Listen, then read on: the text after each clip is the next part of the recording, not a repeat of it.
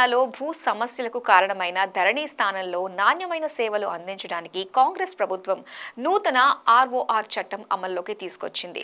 రాష్ట్రంలో సామాన్య రైతాంగంతో పాటు ఏ ఒక్కరికి తమ భూ హక్కులకు ఎలాంటి భంగం వాటిల్లకుండా చూసేందుకు అన్ని విషయాల్లో పారదర్శకత పాటించే విధంగా భూ సమస్యలకు శాశ్వత పరిష్కారం చూపేలా నూతన భూభారతి 2025 చట్టాన్ని రూపొందించింది రేవంత్ సర్కార్. దీనికి అనుగుణంగా భూభారతి పోర్టల్ను అందుబాటులోకి తీసుకొచ్చింది కాంగ్రెస్ ప్రభుత్వం.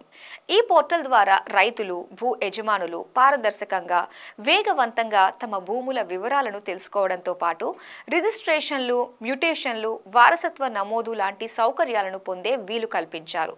దీర్ఘకాల భూ సమస్యలకు శాశ్వత పరిష్కారంగా భూభారతి పోర్టల్ పనిచేస్తుందని అధికారులు చెబుతున్నారు. భూభారతి అధికారిక వెబ్సైట్ bhubarati.telangana.gov.in.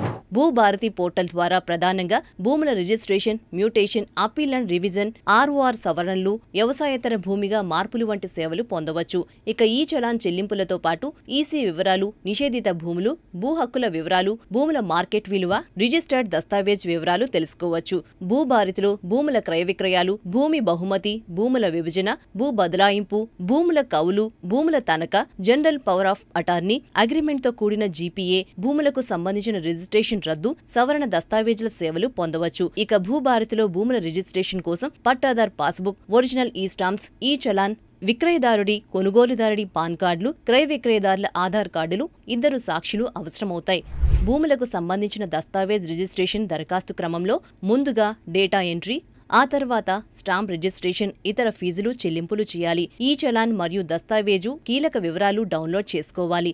ఆ తర్వాత స్లాట్ బుక్ చేసుకోవడంతో పాటు రిజిస్ట్రేషన్కు సంబంధించిన దస్తావేజులు సబ్మిట్ చేయాల్సి ఉంటుంది. భూభారతి పోర్టల్లో దస్తావేజు రిజిస్ట్రేషన్ చేసుకున్న తర్వాత స్లాట్ బుకింగ్ ప్రకారం తహసీల్దార్ లేదా జాయింట్ సబ్ రిజిస్ట్రార్ కార్యాలయానికి వెళ్లి రిజిస్ట్రేషన్ ప్రాసెస్ పూర్తి చేసుకోవాలి. రిజిస్ట్రేషన్ సమయంలో విక్రయదారుడు, కొనుగోలుదారుడు, 2 సాక్షులు తప్పనిసరిగా ఉండాలి. కొనుగోలు విక్రయదారులు సాక్షి కింద సంతకం చేయకూడదు. ఇతర వ్యక్తులు ఎవరైనా ఉండొచ్చు. అది కూడా 18 ఏండ్ల వయసు నిండిన వ్యక్తి సాక్షి సంతకం చేయాల్సి ఉంటుంది.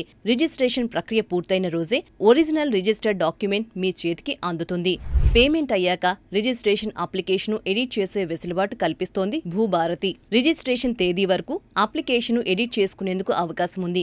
ఇక భూభారతి పోర్టల్లో ఇతర సమాచారం కూడా తెలుసుకోవచ్చు. సర్వే నంబర్ల ఆధారంగా భూముల మార్కెట్ విలువలు, సర్వే నంబర్ లేదా పాస్బుక్ నెంబర్ ఆధారంగా భూ హక్కుల వివరాలు, గ్రామాల వారీగా నిషేధిత భూముల వివరాలు తెలుసుకోవచ్చు.